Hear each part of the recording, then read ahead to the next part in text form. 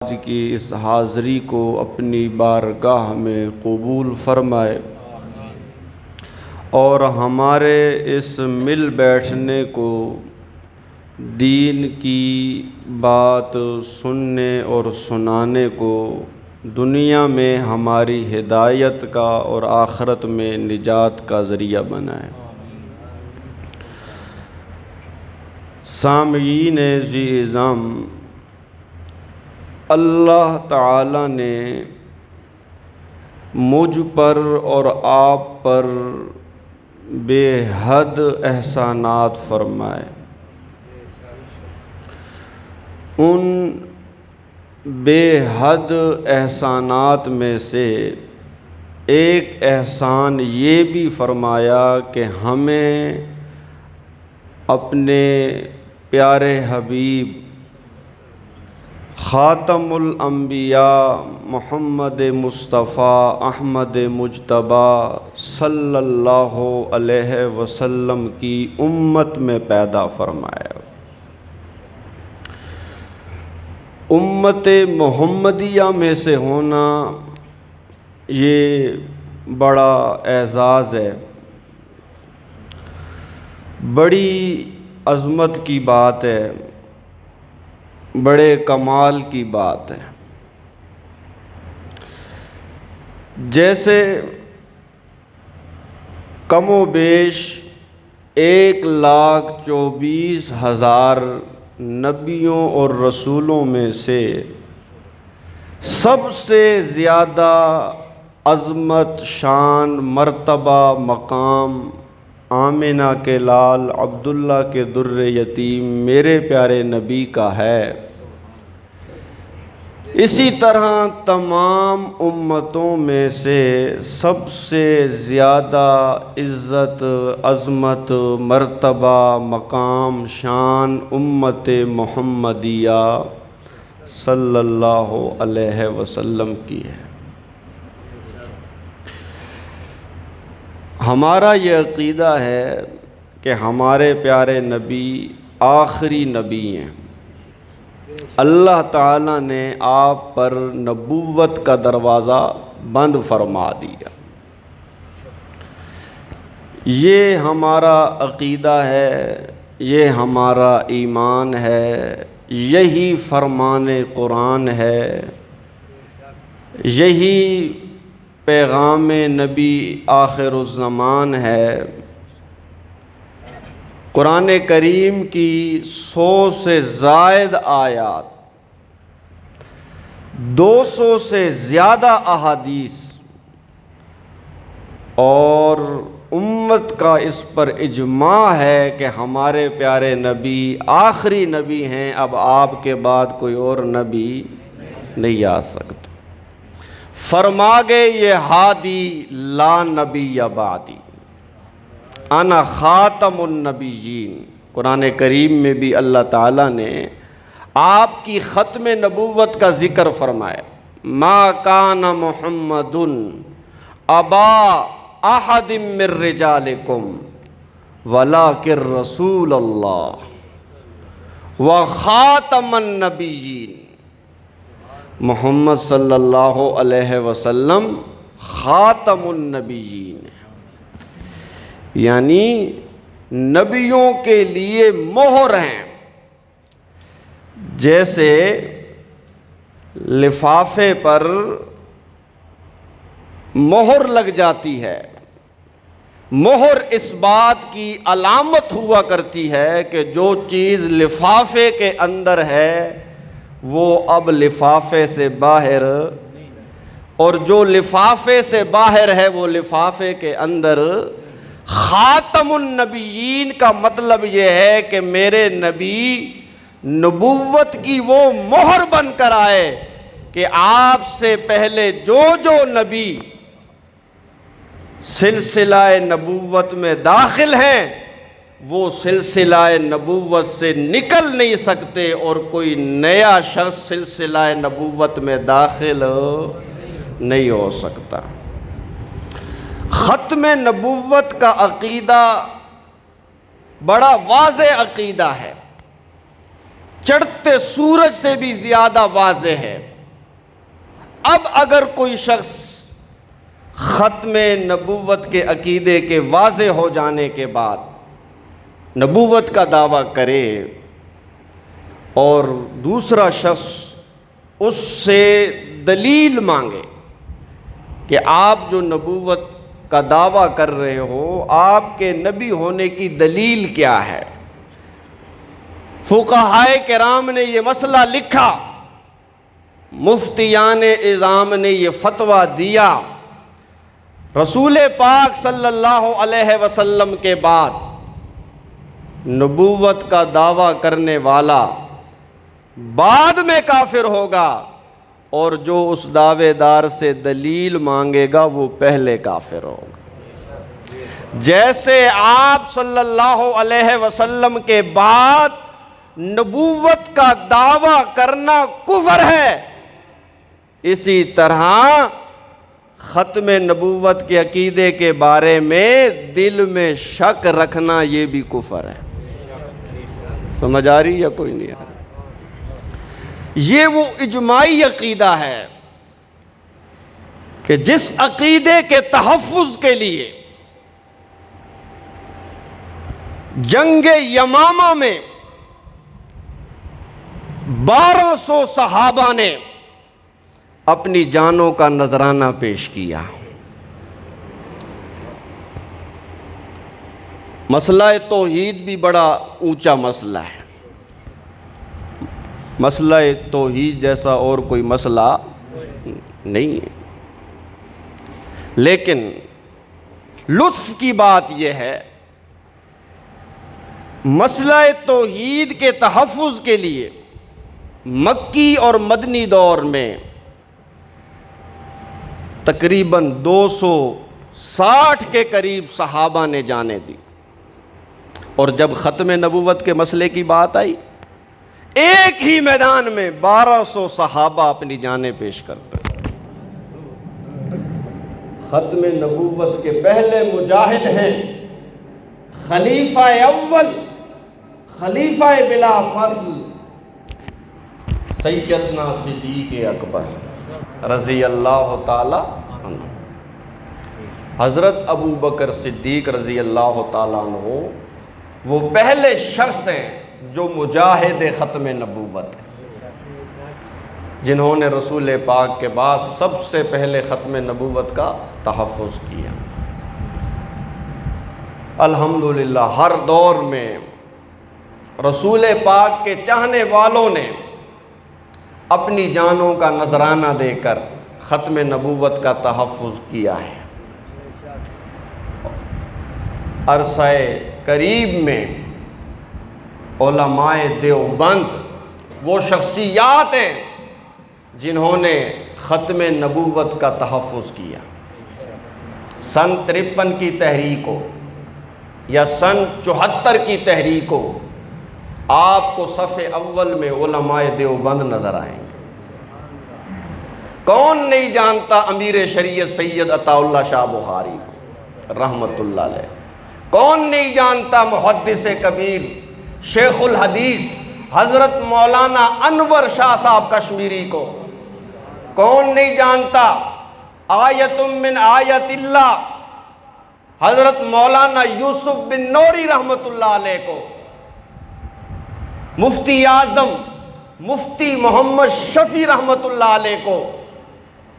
شیخ القرآن حضرت مولانا غلام اللہ خان رحمت اللہ علیہ، جنہوں نے ختم نبوت کا تحفظ کیا، قادیانیوں کا تعاقب کیا، مرزائیوں کو دم دبا کر بھاگنے پر مجبور کیا۔ بالآخر وہ دن آیا کہ پاکستان کی تمام سیاسی جماعتوں نے، تمام مذہبی جماعتوں نے، تاجر برادری نے، وکلا برادری نے، مزدور برادری نے، سب نے ایک ہی فیصلہ دیا کہ قادیانی کافر ہیں، مرزائی کافر ہیں۔ قادیانی اور مرزائی قرآنی کافر ہیں۔ قرآن سے ان کا کفر ثابت ہوتا ہے،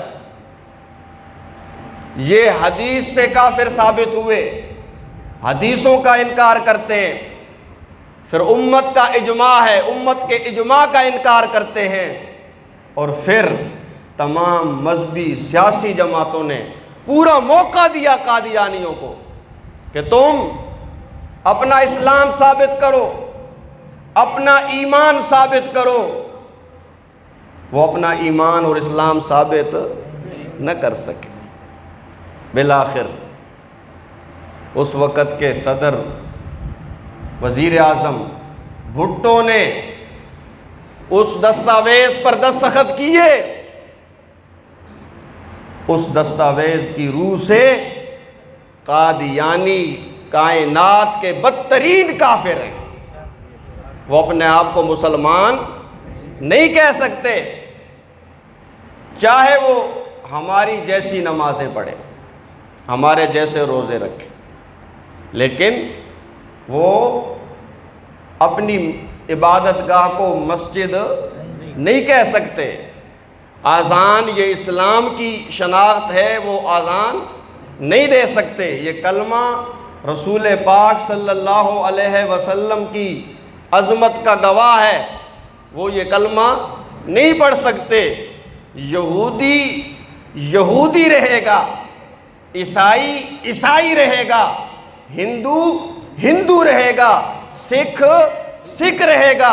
ہم یہودی کو مسلمان، عیسائی کو مسلمان، ہندو کو مسلمان، مجوسی کو مسلمان نہیں کہہ سکتے۔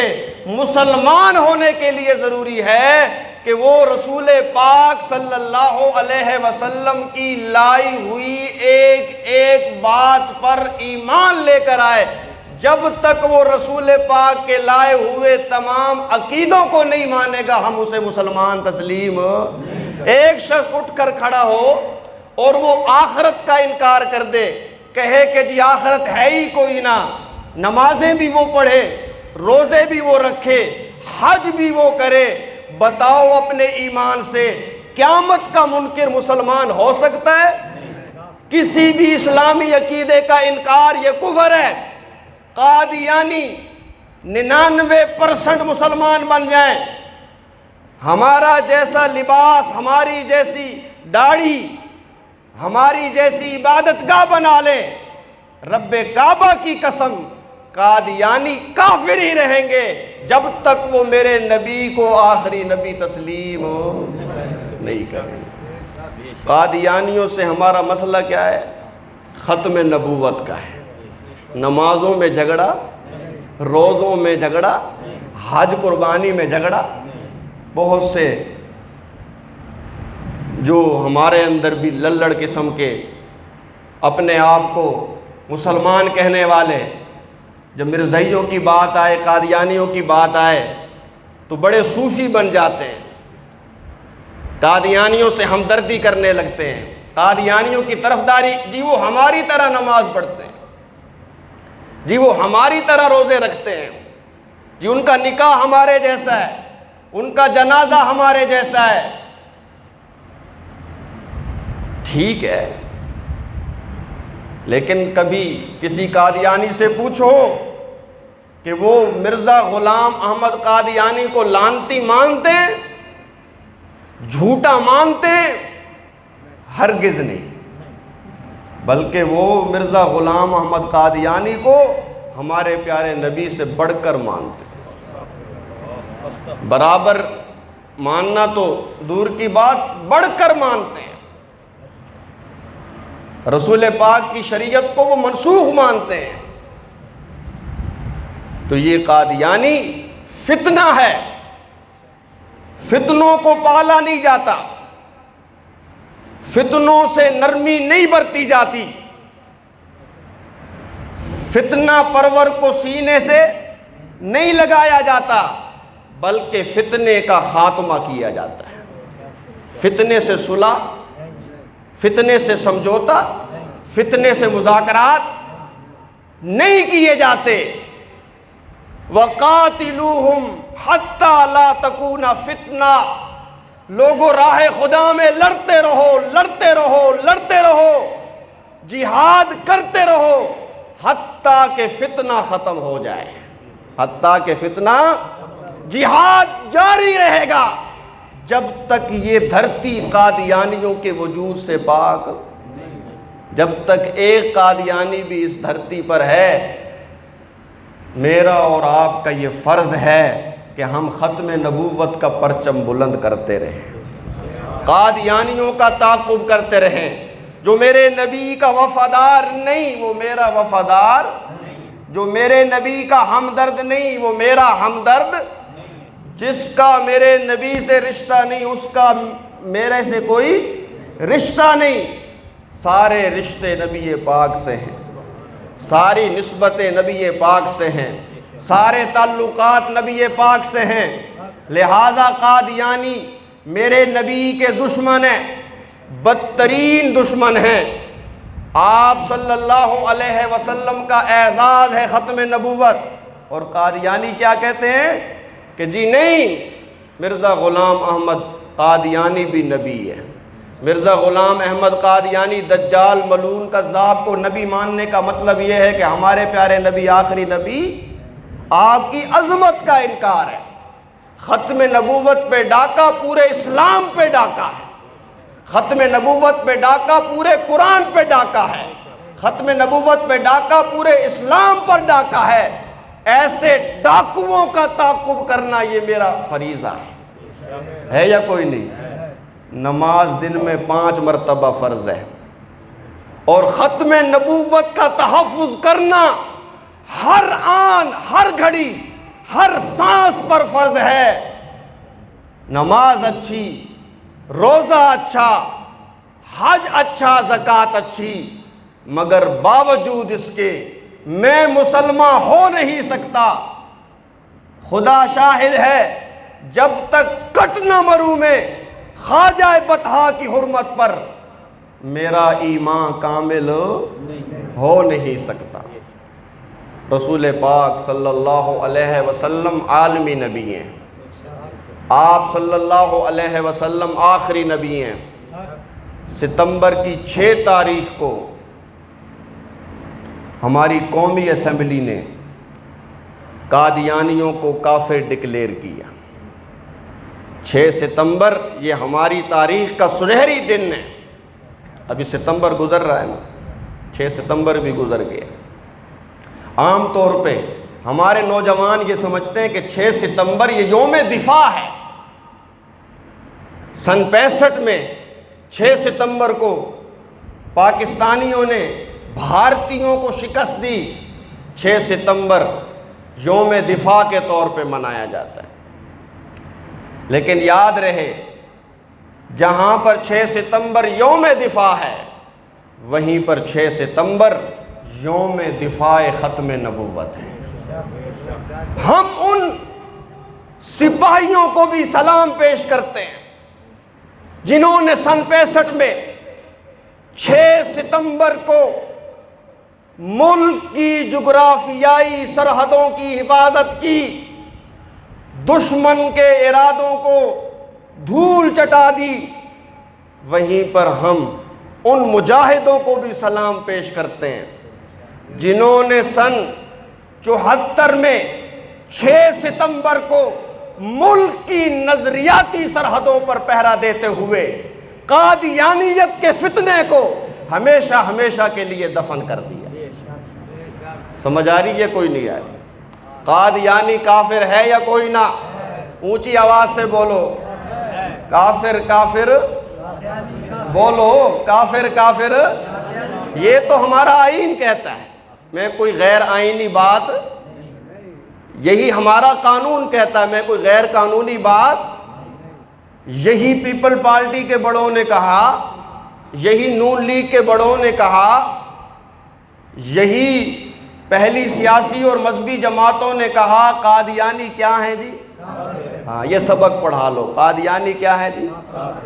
کافر نہیں، زندیق ہے۔ کفر سے جو بڑا درجہ ہے نا، ایک ہوتا ہے کافر، نرا کافر، اور ایک ہوتا ہے زندیق۔ زندیق اور کافر میں فرق ہے، سمجھ آ رہی ہے؟ کافر ہندو ہیں، عیسائی ہیں، یہودی ہیں، وہ بھی کافر ہیں نا جی، لیکن ہمیں حکم ہے جو یہودی اور عیسائی اسلام کے خلاف سازش نہیں کرتے، مسلمانوں پہ ظلم نہیں کرتے، ان کے ساتھ اچھا برتاؤ کرو۔ اگر کوئی یہودی اور عیسائی ذمہ ہے، کافر ہے، تمہارے ملک میں رہ رہا ہے، اس کی جان کی حفاظت کرو، اس کے مال کی حفاظت کرو۔ ذمیوں کے اسلام میں حقوق ہیں، کیونکہ یہ نرے کافر ہیں، تو اسلام میں کافروں کو بھی حقوق۔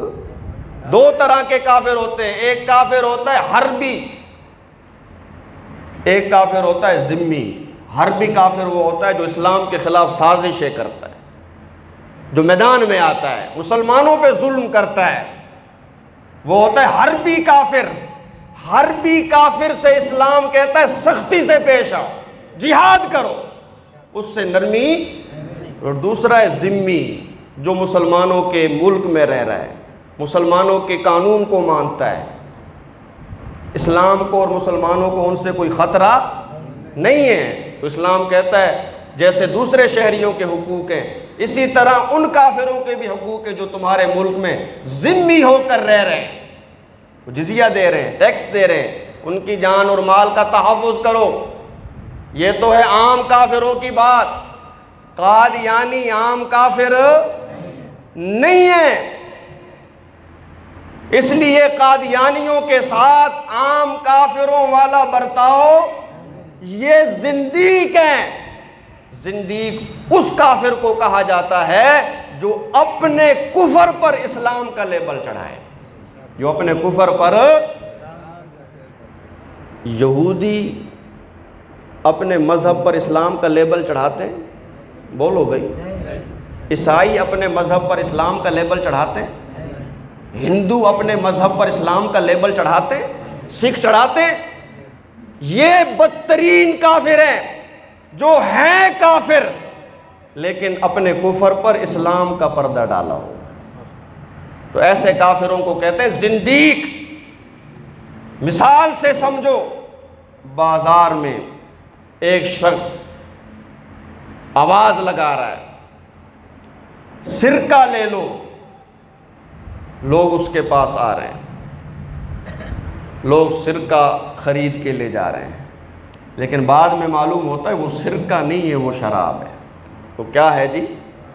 شراب۔ دوسرا شخص ہے، اس نے بھی ٹھیا لگایا ہوا ہے، وہ آواز لگا رہا ہے شراب خرید لو، شراب خرید لو، لوگ اس سے جا کر شراب خرید رہے ہیں دونوں بھیڑے، ہیں دونوں غلط۔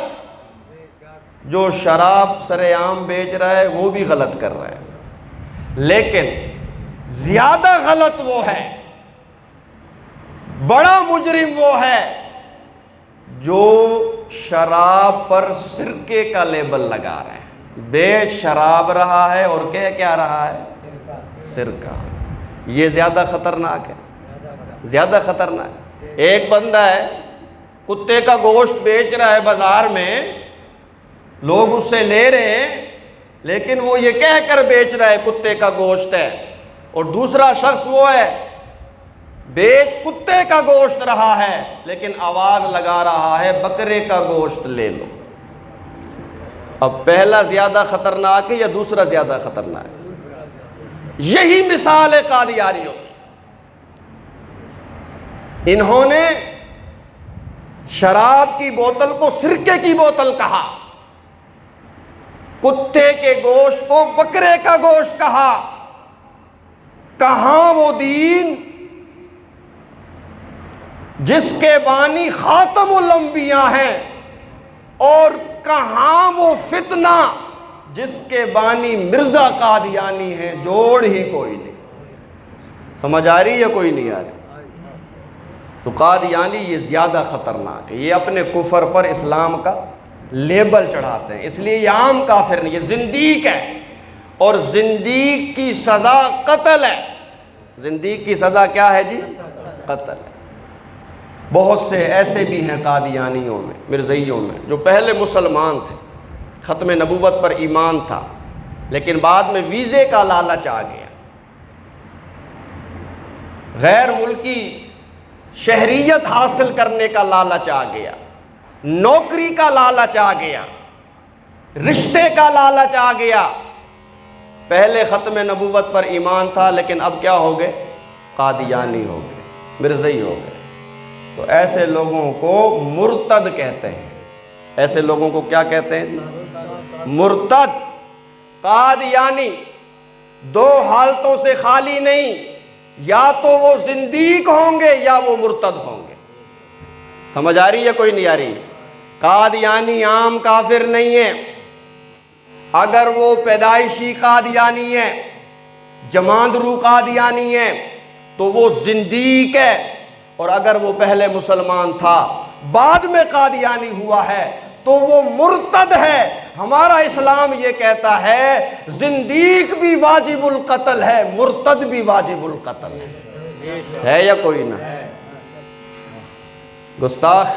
گستاخ رسول کے لیے کوئی رعایت، گستاخ رسول کے لیے کوئی گنجائش نہیں، کوئی نرمی نہیں، کوئی سمجھوتا نہیں، کوئی کمپرومائز نہیں۔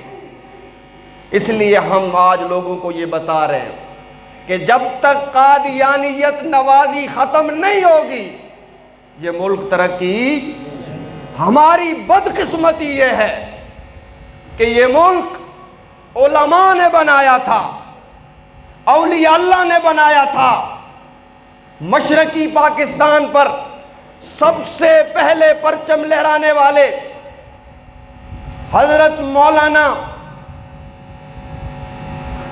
شبیر احمد عثمانی تھے، جو دیوبندی عالم تھے، اور مغربی پاکستان پر سب سے پہلے پرچم لہرانے والے علامہ ظفر احمد عثمانی رحمت اللہ علیہ تھے، جو دیوبندی تھے، عالم تھے۔ تو یہ جو ملک بنایا ہے یہ علماء نے بنایا ہے۔ تحریک ریشمی رومال پاکستان کی آزادی کا سبب بنی۔ تحریک ریشمی رومال کے ہیرو کون تھے؟ حضرت شیخ الہند مولانا محمود الحسن دیوبندی، سب کہہ دو رحمت اللہ علیہ۔ اللہ تعالیٰ ان کی قبروں کو نور سے منور فرمائے۔ اگر علماء حق قربانیاں نہ دیتے، انگریز بر صغیر سے نہ نکلتا، انگریز کا بوریا بستر گول کیا ہے، انگریز کو دم دبا کر بھاگنے پر مجبور کیا ہے، تو وہ علماء حق نے کیا ہے۔ سمجھ آ رہی ہے کوئی نہیں؟ علماء نے یہ ملک بنایا۔ بدقسمتی یہ ہے کہ ہمارے ملک کا جو پہلا وزیر خارجہ تھا وہ قادیانی تھا۔ وہ کون تھا؟ قادیانی تھا۔ اس لیے ہمارا ملک پروان نہ چڑھ سکا۔ جو ایک خواب دیکھا تھا لوگوں نے کہ ہم ایک ایسا خطہ چاہتے ہیں جہاں حکم خدا کا ہوگا، طریقہ مصطفیٰ کا ہوگا۔ انگریزوں نے خدا کے دشمن بھی پیدا کر دیے، انگریزوں نے مصطفیٰ کے دشمن بھی پیدا کر دیے۔ انگریزوں نے چالاکی سے خود چلا گیا۔ ایک شخص کو اٹھایا جس کا نام تھا احمد رضا بریلوی، اس کے ذمے کیا کام لگایا کہ تو لا الہ الا اللہ پر ڈاکے مار۔ کیا کیا احمد رضا نے؟ لا الہ الا اللہ پہ ڈاکے مارے، نبیوں کو مشکل کشا اور حاجت روا بنا کر پیش کیا، ولیوں کو مشکل کشا اور حاجت روا بنا کر پیش کیا، اللہ کے سوا کسی کو مشکل کشا ماننا، حاجت روا ماننا، دستگیر لجپال غوث اعظم ماننا، یہ اللہ تعالیٰ کی توحید پر ڈاکہ ہے یا کوئی نہ؟ جو اللہ کے سوا غیر اللہ کو حاضر ناظر مانے، عالم الغیب مانے، حاجت روا مشکل کشا مانے، وہ لا الہ الا اللہ کا ڈاکو ہے۔ اور جو رسول پاک کے بعد مرزا غلام احمد قادیانی کو نبی مانے، وہ محمد الرسول اللہ کا ڈاکو ہے۔ انگریز نے ایک سے کہا کہ تو لا الہ الا اللہ پر ڈاکے مار، اور دوسرے سے کہا تو محمد الرسول اللہ پہ ڈاکے مار۔ ملک بن گیا، نہ توحید محفوظ رہی، نہ ختم نبوت۔ پہلا وزیر خارجہ قادیانی۔ آج بھی المیہ یہ ہے، ہمارا آئین اجازت نہیں دیتا، ہمارا قانون اجازت نہیں دیتا، پاکستان کی غیور عوام اجازت نہیں دیتی، اس کے باوجود بھی ہمارے ملک میں بڑے بڑے عہدوں پر قادیانی افسر ہیں۔ تحقیق کر لو، تسلی کر لو۔ اسی لیے تو یہ ملک ترقی نہیں کر رہا، اسی لیے تو یہ ملک قرضوں سے نجات نہیں پا رہا، اسی لیے تو یہ ملک سود اور رشوت کی دلدل میں دھنستا جا رہا ہے، کیونکہ جو قادیانی ہوگا وہ پاکستان کا نہیں، اپنے خلیفہ کا وفادار ہو۔ خلیفہ کہاں بیٹھا ہے؟ برطانیہ میں۔ خلیفہ کہاں بیٹھا ہے؟ مرزا طاہر، مرزا ناصر کہاں پلے مرے؟ بولو، برطانیہ میں۔ انہوں نے وہ کرنا ہے جو برطانیہ سے آرڈر ہوگا، کیوں؟ ان کے نبی وہاں ہیں، ان کے مذہبی پیشوا وہاں ہیں۔ یہی تو المیہ ہے ہمارے ملک کا۔ کوئی ایران سے ڈکٹیشن لے رہا ہے اور کوئی برطانیہ سے ڈکٹیشن لے رہا ہے، ہمارا اپنا کوئی نظریہ۔ سازش کی انہوں نے، کیونکہ عام آدمی کی بات کو لوگ تسلیم نہیں کرتے، بات اسی کی مانی جاتی ہے جو نبی ہو۔ تو انہوں نے مرزا غلام محمد قادیانی کو تیار کیا، اس کی حیثیت بنائی، پھر اس سے نبوت کا دعویٰ کروایا۔ نبوت کا دعویٰ کرانے کے بعد پہلا حکم جو مرزا غلام احمد قادیانی نے معاذ اللہ نبی ہونے کی حیثیت سے دیا، وہ یہ تھا کہ انگریز کے خلاف جہاد کرنا حرام ہے، اسلام میں اب جہاد نہیں۔ تو یہ ان کا مقصد تھا، جہاد سے لوگوں کو دور کرنا، جہاد سے لوگوں کو بدظن کرنا۔ تو انہوں نے اس کے لیے کیا کیا جی؟ مرزا غلام احمد قادیانی کو تیار کیا۔ آج بھی ہمارے اپنے لوگ ایسے ہیں جو قادیانیوں کو ترجیح دیتے، ملازمت دینی ہو تو قادیانی کو دے دیتے،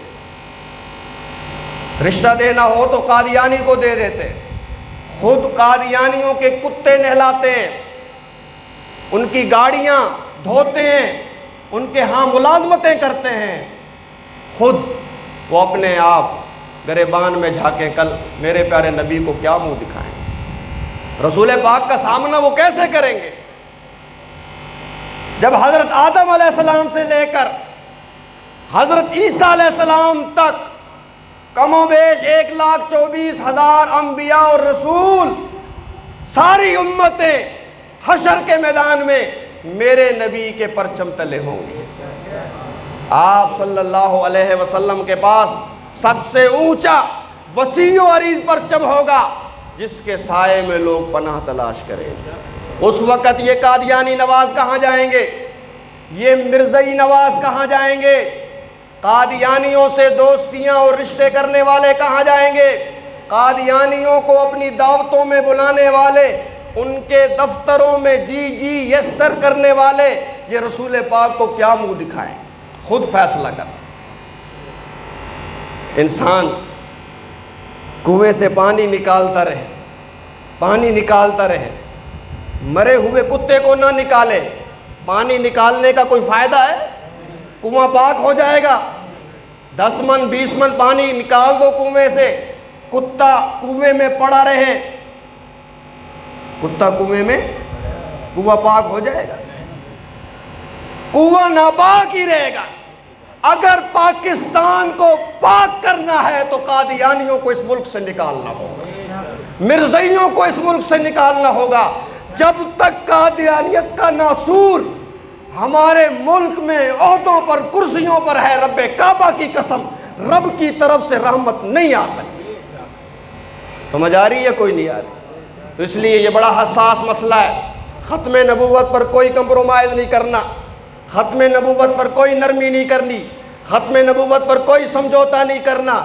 ساری کائنات جوتے کی نوک پہ رکھنی ہے، سب کچھ چلا جائے، آقا کی ختم نبوت، ختم نبوت قرآن کا پیغام ہے، ختم نبوت میرے نبی کی زندگی کا نچوڑ ہے، ختم نبوت صحابہ کی عظمتوں کا ترجمان ہے، ختم نبوت آئین پاکستان ہے، ختم نبوت میری اور آپ کی پہچان ہے، ختم نبوت پر ہمارا سب کچھ قربان ہے۔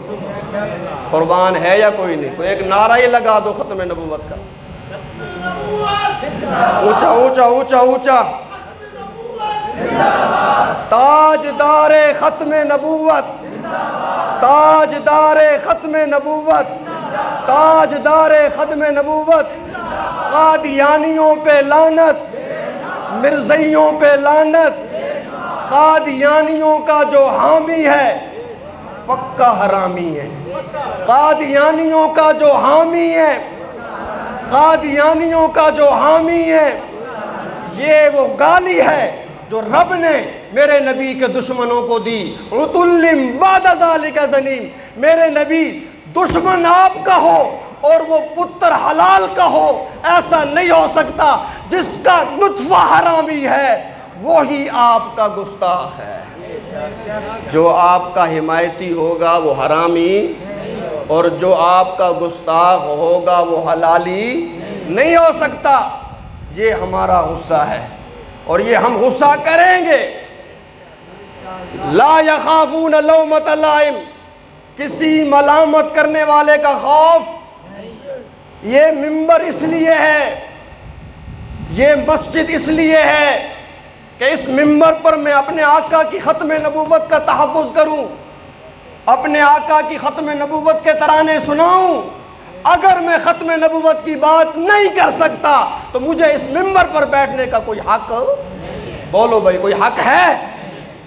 صحابہ تو ختم نبوت کے لیے جانے دے گئے، میں اپنی زبانیں سیلوں؟ ایسا نہیں ہو سکتا۔ رسول پاک کی عزت و حرمت پہ ایک ممبر تو کیا ہزاروں ممبر قربان ہے، ایک سیٹ تو کیا ہزاروں سیٹیں قربان ہیں۔ ہم بھوکے رہ لیں گے، ہم پیاسے رہ لیں گے، ہم سولی کے پھندوں پہ لٹک جائیں گے، لیکن آقا کے ساتھ بے وفائی، نبی کے عشق میں مر مٹنا عین ایماں ہے، سر مقتل بھی ان کا ذکر کرنا عین ایماں ہے۔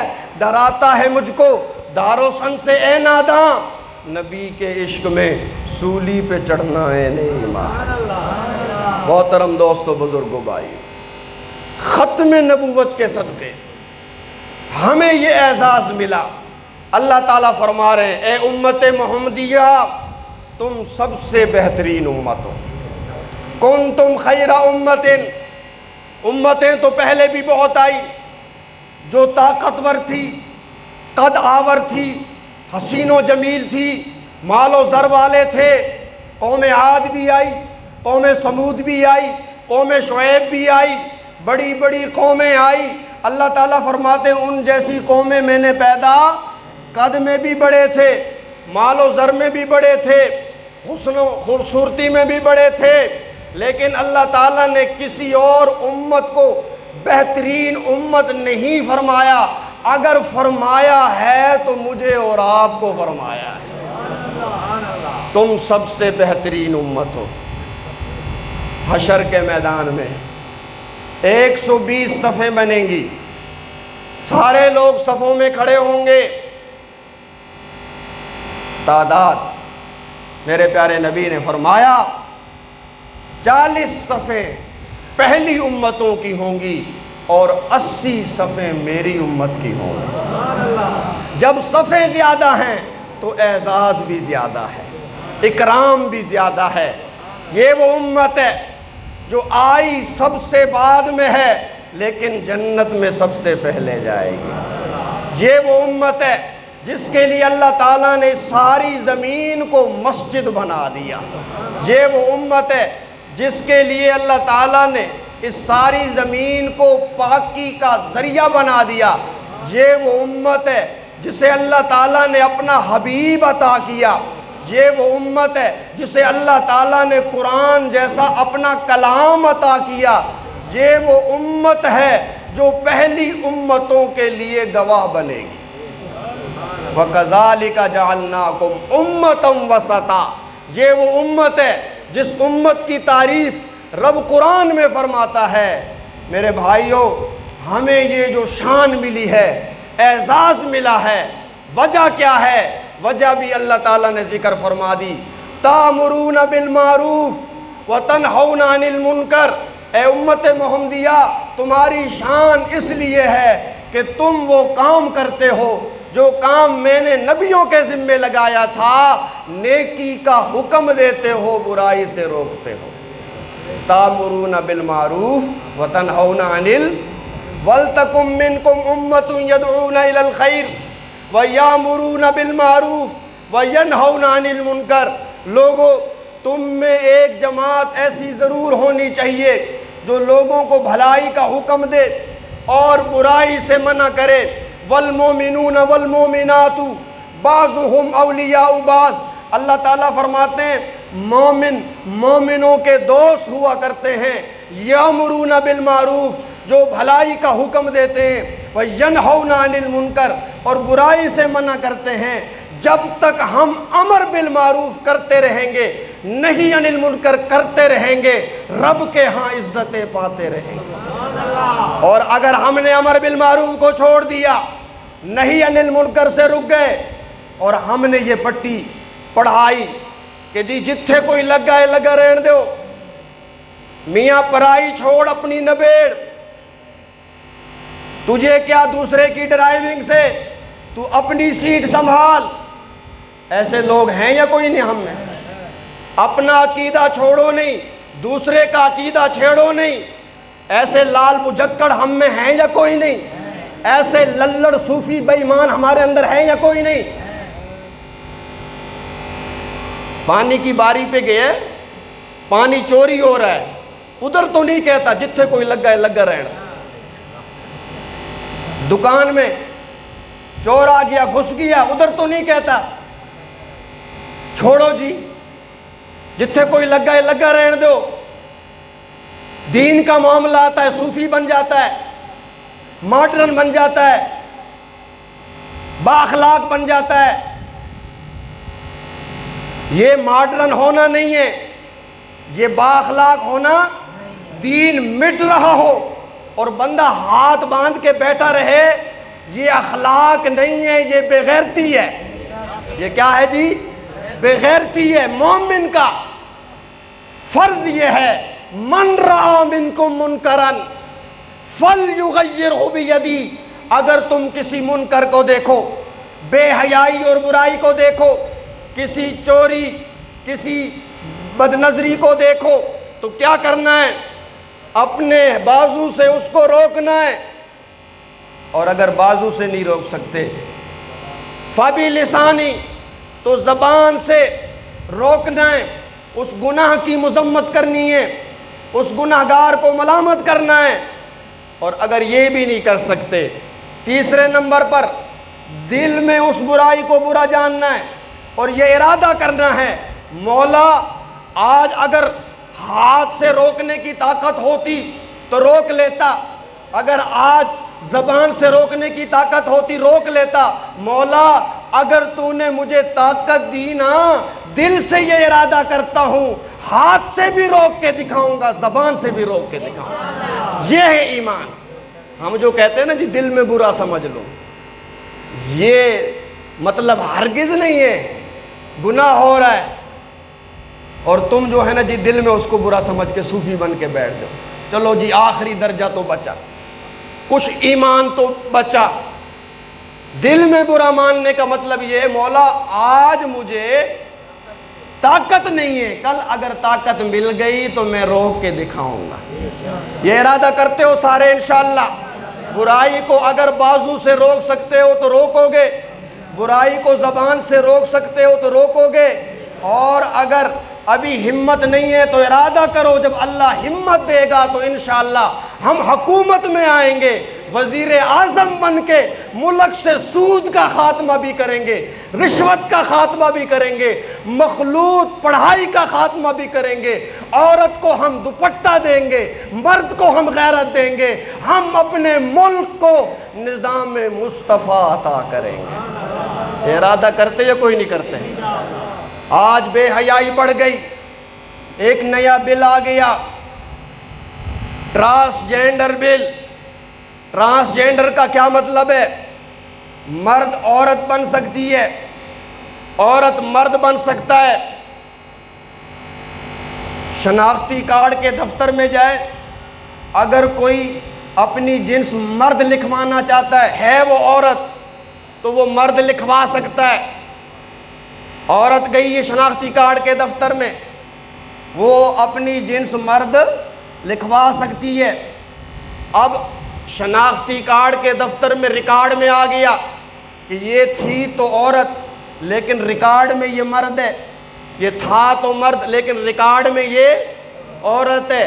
اب وہ عورتوں والے کام کرتا پھرے، وہ مردوں والے کام کرتی پھرے، کیا تم اس بے غیرتی والے قانون کی اجازت دیتے ہو؟ کیا تم اس بل کی اجازت دیتے ہو؟ میرے نبی نے فرمایا اس مرد پہ لعنت ہے جو عورتوں کی مشابہت کرے، اور اس عورت پہ بھی لعنت ہے جو مردوں کی مشابہت کرے۔ مرد کو اللہ نے مرد بنایا ہے، عورت کو اللہ نے، آج مرد مرد رہنے میں راضی نہیں، عورت عورت رہنے میں راضی نہیں۔ مرد جتن کر رہا ہے میں عورت بن جاؤں، اور عورت جتن کر رہی ہے میں، اس کی ایک مثال دے دوں، ناراض تو نہیں ہوگے؟ عورت کے لیے حکم یہ ہے کہ وہ اپنے ٹخنے ڈھانپ کر رکھے، اپنے ٹخنے، یہ عورتوں کے لیے ہے۔ آج ہو کیا رہا ہے میرے ملک میں؟ آج ہو کیا رہا ہے میرے گھر میں؟ میری بیٹی کے، میری بہن کے، میرے بیوی کے، میری اماں کے ٹخنے ننگے ہیں اور ہمارے ٹخنے ڈھپے ہوئے۔ یہ ہے نہیں مشابہت یا کوئی نہ؟ میرے نبی نے فرمایا جس مرد نے اپنے ٹخنوں کو ڈھانپا، یہ جو ٹخنے ہیں یہ دوزخ میں جلیں گے۔ ما اسفل من الکعبین من الازار فی النار۔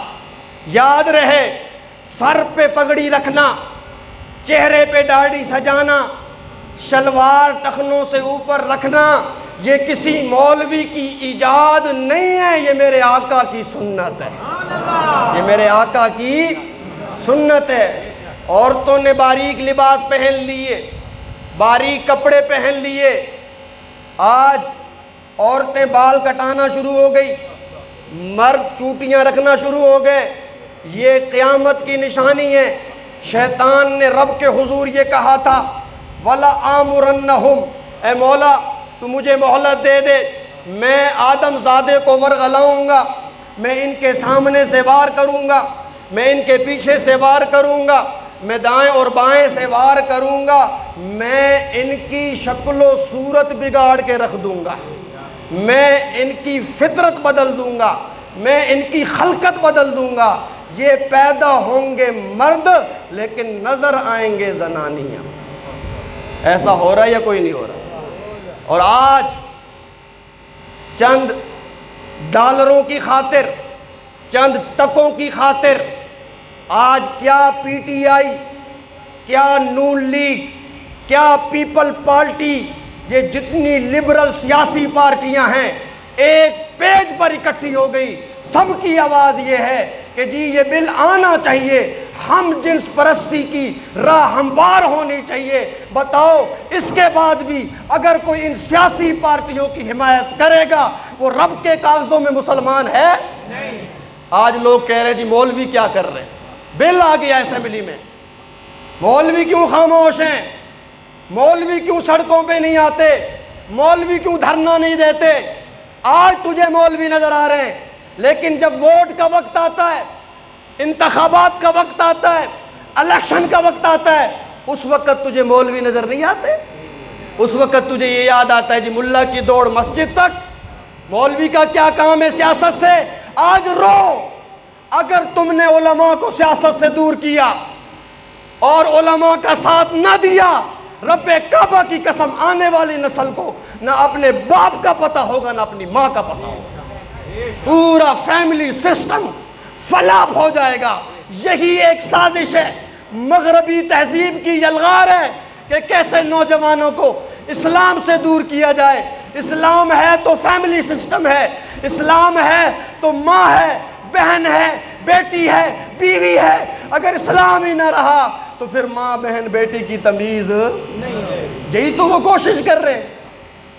نوجوانوں کو نکاح سے دور کرو، نوجوانوں کو بے حیا بناؤ، نوجوانوں کو مغرب کا دل دادا بناؤ، اور آج ہم اس کے نقصانات اپنی آنکھوں سے دیکھ رہے ہیں۔ آنے والا وقت اللہ ہمیں معاف کرے، کیا ہوگا ہماری نسلوں کے ساتھ اگر آج ہم نہ جاگے، آج اگر ہم نے توبہ نہ کی، اللہ تعالیٰ کی طرف رجوع نہ کیا، تو آنے والی نسلیں ہمیں معاف نہیں کریں گی۔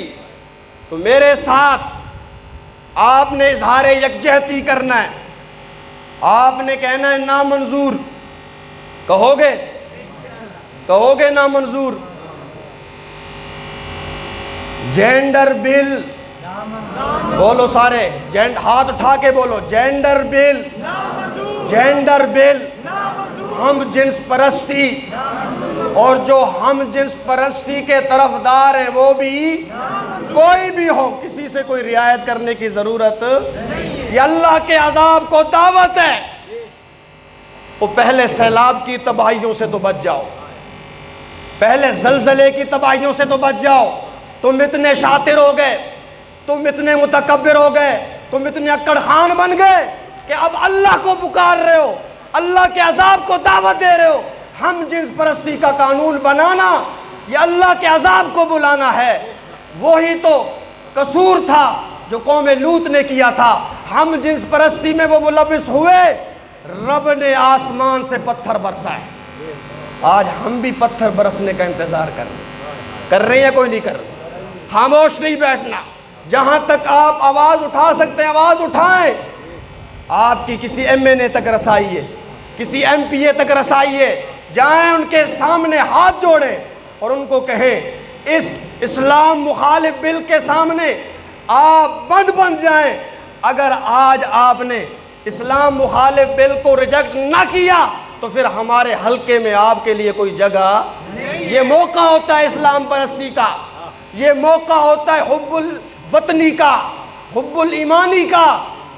ہم نہر چلوانی ہو تو اس کے لیے اکٹھے ہو جاتے ہیں، کھاد لینا ہو تو ہم اس کے لیے اکٹھے ہو جاتے ہیں۔ کیا ہم دین اسلام کے تحفظ کے لیے اکٹھے نہیں ہو سکتے؟ دین اسلام کی بقا کے لیے اکٹھے نہیں ہو سکتے؟ چھوڑو یہ پیپل پارٹی کو، چھوڑو پی ٹی آئی کو، چھوڑو نون لیگ کو۔ ان لٹیروں نے نہ پہلے کچھ دیا نہ آئندہ کچھ دیں گے۔ اگر ہمیں دے گا تو اللہ کا قرآن دے گا، اگر ہمیں دے گا تو میرے نبی کا دین دے گا۔ اگر کل قیامت کی گرمی میں ہمارے لیے کوئی سایہ بنے گا تو وہ میرے نبی سایہ بنیں گے۔ اس لیے رسول پاک سے وفا کرو، ان سیاسی لٹیروں سے وفا، ورنہ یہ اپنی دوزخ کا سامان بھی کر رہے ہیں، تمہاری دوزخ کا بھی یہ سامان کر رہے ہیں۔ بچو ان ظالموں سے، درندوں سے۔ بڑے ہوشیاری کے ساتھ رات کے اندھیرے میں بل بنا کے پیش کر دیا۔ نام کیا دیا کہ جی خسروں کے ساتھ زیادتی ہو رہی ہے، خسروں کو تحفظ دینا ہے۔ خسروں کو تحفظ دینا تھا اور یہ پوری قوم کو خسرہ بنانے لگے، سارے مردوں کو خسرہ بنانے لگے، ساری عورتوں کو خسرہ بنانے لگے۔ کیا تم اس کی اجازت دو گے؟ ہرگز نہیں۔ اللہ تعالیٰ کی خلقت کو بدلنا یا اللہ کو چیلنج کرنا ہے، اللہ کے عذاب کو بلانا ہے۔ ہم پہلے ہی بڑے گناہگار ہیں، ہم پہلے ہی بڑے قصوروار ہیں، ہم پہلے ہی بڑے خطا کار ہیں۔ ہمارے نامہ اعمال میں کوئی نیکی ایسی نہیں جو ہم رب کے حضور پیش کر کے اپنی بخشش کا وسیلہ بنا سکیں۔ کیا اس کے باوجود ہم کیوں اپنے اعمال نامے میں وہ گناہ لکھوائیں جن کی معافی نہیں ہونی؟ میرے بھائیوں جاگو، جاگنے کا وقت ہے۔ کوئی نہ کوئی بل آتا رہتا ہے اور ہم لوگ خاموش تماشائی بن جاتے ہیں۔ قرآن کریم کی آیت لعن الذین کفروا من بنی اسرائیل علی لسان داود و عیسی ابن مریم ذالک بما عصوا وکانوا یعتدون کانوا لا یتناہون عن منکر فعلوا لبئس ما کانوا یفعلون۔ میرے پیارے آقا نے اس آیت کی تشریح میں فرمایا بنی اسرائیل میں جب کوئی گناہ کرتا دیکھنے والے دیکھتے تو اسے منع کرتے کہ رک جا، باز آ جا، اگر وہ نہ رکتا، باز نہ آتا، دوسرے دن پھر اس کو گناہ کرتے ہوئے دیکھتے تو وہ خاموشی اختیار کرتے اور انہیں کچھ نہ کہتے کہ کہیں ہمارا تعلق خراب نہ ہو جائے، کہیں ہماری دوستی خراب نہ ہو جائے۔ ان کے ساتھ بیٹھنے لگتے، ان کے ساتھ کھانے پینے لگتے، ان کے ساتھ رسم و رواج کرنے لگتے۔ جب ان لوگوں نے برائی کو برائی نہ سمجھا، بروں کے ساتھ بیٹھنے لگ گئے تو اللہ نے نبیوں کی زبان سے ان پر لعنت فرمائی۔ لعنت کا مطلب یہ ہے کہ یہ شخص اب کبھی بھی اللہ کی رحمت کے حقدار نہیں بن سکتے۔ میرے نبی نے فرمایا او لوگو، تم میں بھی ایسے لوگ پیدا ہوں گے جو برائیاں کریں گے، بے حیائیاں کریں گے، معاشرے میں بے حیائی اور فحاشی کو فروغ دینے کی کوشش کریں گے۔ تو تم نے کیا کرنا ہے؟ میرے نبی نے فرمایا تم نے ان لوگوں کا ہاتھ پکڑنا ہے، تم نے ان لوگوں کا ہاتھ پکڑنا ہے، انہیں اس برائی سے دور کرنا ہے۔ اور اگر تم خاموش تماشائی بن کر بیٹھے رہے، دیکھتے رہے جو ہوتا ہے ہو جائے ہمیں کیا، تو یاد رہے میرے نبی نے فرمایا جس طرح بنی اسرائیل پر لعنتیں برسی اسی طرح تم پر بھی لعنتیں برسیں گی، پھر تم اللہ کے عذاب کے لیے تیار رہنا۔ میرے نبی اپنے گھر تشریف لائے، ماں عائشہ فرماتی ہیں آپ کے چہرے کا رنگ اڑا ہوا تھا، پہلے جیسی کیفیت نہیں تھی، لگتا یوں تھا کہ آپ فکر مند ہیں، کسی سوچ میں مبتلا ہیں۔ میں نے پوچھا، آپ نے کوئی جواب نہ دیا، آپ سیدھے مسجد نبوی میں تشریف لے گئے۔ حضرت عائشہ فرماتی ہیں فَلَصِقْتُ بِالْحُجْرَةِ، میں حجرے کی دیوار کے ساتھ چمٹ کے کھڑی ہو گئی کہ سنو تو صحیح آپ کیا ارشاد فرماتے ہیں۔ آپ منبر پر تشریف فرما ہوئے، فحمد اللہ، آپ نے اللہ تعالیٰ کی تعریف کی اور اس کے بعد آپ نے فرمایا اے میرے امتیوں، امر بالمعروف اور نہی عن المنکر کو نہ چھوڑنا۔ اگر تم نے امر بالمعروف اور نہی عن المنکر کو چھوڑ دیا تو یاد رکھنا تم دعا مانگو گے اللہ تمہاری دعا قبول، تم سوال کرو گے اللہ تعالیٰ تمہارے سوال پورے، تم دشمنوں کے خلاف مدد چاہو گے اللہ تعالیٰ تمہاری مدد۔ وجہ کیا ہے کہ تم نے امر بالمعروف کو چھوڑ دیا، نہی عن المنکر کو چھوڑ دیا۔ میرے نبی نے فرمایا اذا عظمت امتی الدنیا نزیت منہا ہیبت الاسلام، جب میری امت کے لوگ دنیا کو بڑی چیز سمجھنے لگیں گے تو ان کے دلوں سے اسلام کی ہیبت نکل جائے گی۔ اور میرے نبی نے فرمایا وَإِذَا تَصَابَتْ عَيْنَ اللَّهِ، جب لوگ آپس میں گالم گلوچ کریں گے اللہ کی نظر سے گر جائیں گے۔ اور آپ نے فرمایا وَإِذَا تَرَكَ الْأَمْرَ بالمعروف والنہی عن المنکر، اور جب لوگ امر بالمعروف کو چھوڑ دیں گے، نہی عن المنکر کو چھوڑ دیں گے تو وحی کی برکات سے محروم ہو جائیں گے۔ وحی کی برکات سے آج ہم محروم ہو رہے ہیں، آج ہم محروم ہو رہے ہیں، کوئی نہیں ہو رہے۔ عالموں کی تعداد میں اضافہ ہو رہا ہے، حافظوں کی تعداد میں اضافہ ہو رہا ہے، حاجیوں کی تعداد میں اضافہ ہو رہا ہے، صدقے اور خیرات میں اضافہ ہو رہا ہے، لیکن دن بہ دن ہم اللہ تعالیٰ کے عذابوں کا شکار ہوتے جا رہے ہیں، ہوتے جا رہے ہیں۔ کوئی سن ایسا نہیں کہ کوئی نہ کوئی آفت